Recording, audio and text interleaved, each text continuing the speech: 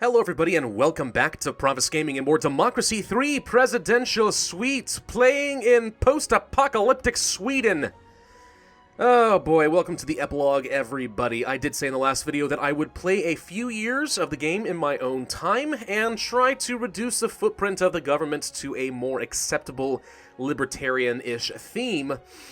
And this is where we've ended up. It has been 8 years since the last video that you saw. We are going into year 16, our final election. At least for now, although I imagine we're going to get re-elected no problem. But yeah, as you can see, things not going so great in Sweden. Case in point, GDP is not doing so hot since I left you guys last time. Poverty has gone way freaking up. Unemployment is also becoming a bit more of a problem than it used to be. Some stuff like that, you know? We got a lot of new negative events as well, so let's just kind of take a quick look-see at some of the stuff that I did. I did eliminate a lot of welfare since the last program. The idea, of course, being that since we were going to be raising up the basic income, let's just go ahead and do that as well. We'll raise it to, well, let's say 40%. We did say we wanted to do a negative income tax, and the entire concept of the negative income tax is to basically eliminate all other forms of welfare, a certain guaranteed standard of living, a certain guaranteed income, but with direct incentives to get yourself out of that welfare trap. And in the meantime, the government saves a lot of money because it has one single program that it's funneling money into the poor, as opposed to several. Cuts out a lot of bureaucracy, a lot of waste. Makes it a lot leaner and more effective so people can spend money on the things that matter most to them. That's the idea. So in order to make that work, I then had to strip away a lot of welfare benefits.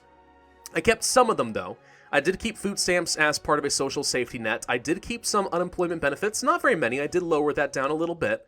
Just a little bit of a buffer in our social safety net. Even Milton Friedman wasn't entirely against the social safety net. It just had to be one that was designed in such a way that did not encourage people to get stuck in welfare long term. So that's kind of what we've done here, at least in theory. We did keep the disability benefits up nice and high, though, because I consider that to be the one exception to welfare. This is the one case where no matter how many incentives and good choices you're encouraging people to make, people can't really overcome disabilities that are outside of their choice, right? So that's the one thing that I did otherwise keep up there. But for the most part, we stripped down a lot of welfare. We also stripped down a lot of transportation and brought it back to the bare essentials. We're going to go ahead and say that in this version of Libertarian Sweden, there are some infrastructure projects, some roads, monorail I did add in there, some toll roads, stuff like that, a few basic infrastructure projects, but gone are the days of the hybrid car initiative, emission limits, carpooling laws, and stuff like that. Lots of changes to try and simplify it down to a bare-bones structure. And so far, transportation actually is not doing half bad. Welfare is not great, but, you know, at least transportation's pretty good. And as far as foreign policy and law and order, I actually did not change much in these two fronts at all. Decided to go ahead and keep the foreign policy nice and strong because I consider both of these to be legitimate roles of government. We are a nation state. We have to protect our borders. We have to defend ourselves from domestic threats. Our government has to be able to represent our people internationally, stuff like that. So foreign policy, not a lot changed. Law and order, not a lot changed. I did liberalize the handgun laws a little bit, reduce it down from like a licensing age to just no automatics. No automatic assault rifles that are intended for offensive purposes only, although I think the true libertarian policy would be to have really no limits at all. I mean, yeah, if you want to buy a tank, by God, so go for it. But that's not where we're going. We're not going quite that far. I also did find, by the way, as a quick little side note, they did change CCTV cameras in this mod pack. Liberals no longer dislike CCTV. It's no longer considered as much of a violation of privacy, despite what it says up here.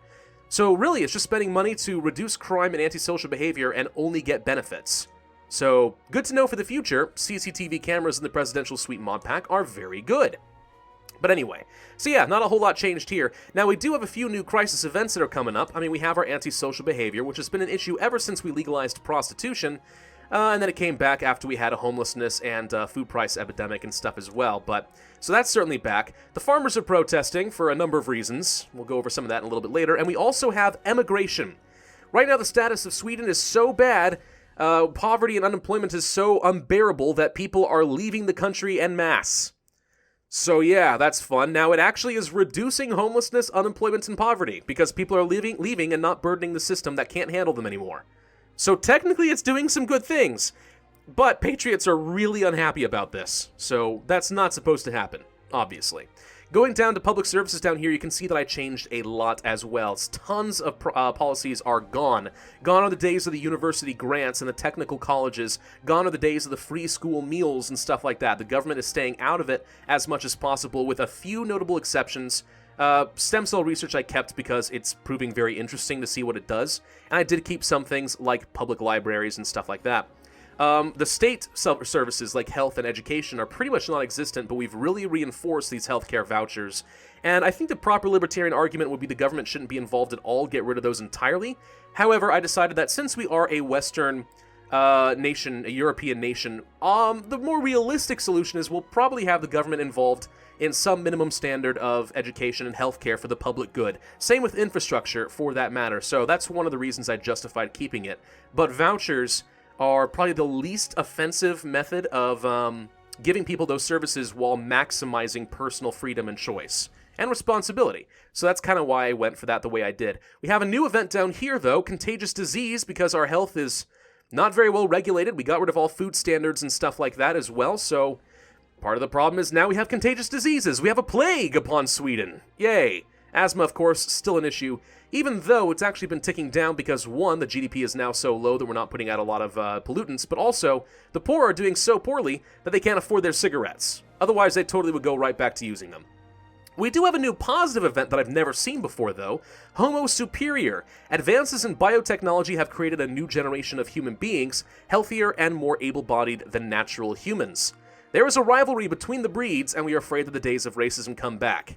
So there we go. A lot of that is because of stem cell research. We have basically started taking control of our own evolution, and we are slightly more productive, but overall, even though this is a green event, I would say this is primarily bad. Productivity being up is okay, but it's only 2%. Racial tension goes up and equality goes down. Yeek! So, I don't know. It looks like a good event, but I don't think it's all that good. Not really.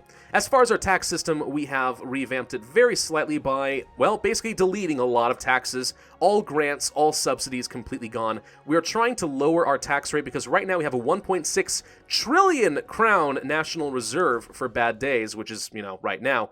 Trying to reduce the flat income tax down to 17%. I've gotten rid of the top income tax bracket. I'm trying to reduce corporate taxes and capital gains taxes and stuff like that. And then, of course, we have things like the payroll tax, which I wanted to get rid of, but we don't quite have enough political capital, so we're just going to leave that as is. And then there's the economy. Getting rid of all those subsidies and grants turns out really sucky. We have a rust belt that has developed. We have our homelessness. We have a water shortage, partly because climate change, and things are just getting progressively worse. Even though the environment is doing quite well, not good enough. Rare earth metals actually about to go away because our GDP is so bad that we're not using a lot of those metals. Sexism is back. Food prices are too high. Air pollution is terrible. We have freaking cyclones in Sweden. Now, this I think is more or less unavoidable because the average temperature here, it is driven a little bit by CO2 emissions, but primarily it just increases over time. It assumes climate change can never be changed, and the average temperature will go up no matter what. So, no matter how much you try to stem the tide, I think cyclones would be considered an inevitability in this game, and they kind of suck. But yeah, I mean, GDP goes down, food price goes up, lots of bad things from cyclones, not much I can do about it really, aside perhaps from passing the... where is it? There's the, what is it called? There we go, the Climate Change Adaptation Fund. This, I imagine, would be necessary, but it's incredibly pricey. So either way. We also have a general strike which shows no signs of going away ever. It's been steadily climbing in part because poverty is so high, in part because poor earnings have gotten so low lately. But also, and here's something I think is incredibly stupid, trade unionists are so unhappy with me that they're driving it up by 46%. However, there are no trade unionists. Not a single one. 0%. So the non-existent trade unionists, if they did exist, would be so angry with me that that's what's driving the general strike. That's dumb. I don't think that should be a thing, but there it is. In the meantime, it's keeping wages remarkably high, though. So I'm not super thrilled about that. But yeah, we cut out a lot of stuff. We even got rid of the rural development grants, which is part of the reason that our GDP has been struggling so much lately. Oh, yeesh. But let's go ahead and move on into the final election. And that's kind of the state of Sweden now. Now you guys have seen what the epilogue is. Turns out, you go for a low-footprint government sort of style, and, well, things fall apart pretty darn quickly. Let's see. Oh, God, look at the poverty. So bad. The good news is education and health is still remarkably good. Those vouchers worked wonders. They just exacerbated income inequality quite badly. Environment's doing fine. Productivity is way better than it used to be. But yeah, a lot of problems. Look at the earnings. The poor and the middle class are worse off than they've ever been. The high earnings has gone up, but nowhere near like it was in the last video. So we basically spent 8 years building up Sweden, and then 8 years completely demolishing it. Oh well, but at least the rare earth crisis is gone. So, trying to wrap this video up, now that you guys have kind of seen what happens, this is exactly why I don't go for libertarian playthroughs in Democracy 3. This has always consistently been the #1 thing that people have asked for. Every time I've done many of my Democracy 3 series, there are always people saying, do a libertarian playthrough! This is what happens. And again, I've said this in the last video, but I'll reiterate it here. The problem is, Democracy 3 is a game that is based on the premise that government intervention is the most effective and, frankly, the only viable mechanism for creating social change. That's what it believes. Government policies drive everything. If you did not change any of your policies, your nation would pretty much not change at all. That's how it works in Democracy 3. Libertarianism, however, is in fundamental opposition to that, right? It believes that the government can get involved, but generally makes things worse. Typically, if you get the government out of our lives, people will be more free to pursue their own interests, and the culture will naturally shift to reflect that. That's the libertarian belief. But because Democracy 3 is coded completely against that, it does not surprise me that libertarianism does not work in Democracy 3. It just does not. It goes completely against the programming of the game. So don't be surprised then when you see people playing Democracy 3 that it always leans toward a statist playthrough, whether that be socialist or corporatist with the capitalists. That's how Democracy 3 is always biased. Libertarianism just, it does this. Your country explodes. Government doesn't do anything? Well then, people can't be trusted. Sexism. Rust Belt. The free market won't change anything. No! That's just how it is in Democracy 3. So it was an experiment. I was very eager to see exactly how it would work, but now you guys know. So hopefully that satisfies your curiosity, and I hope you understand this is exactly why I'm not going to continue with this series, because this is just inevitably bad. There's just no way to keep the theme going. So thank you all very much for watching. I do hope you enjoyed this epilogue. Be sure to hit that like button if you did enjoy. Leave a comment with your ideas and suggestions for what I should do in the future and what I could have done better here.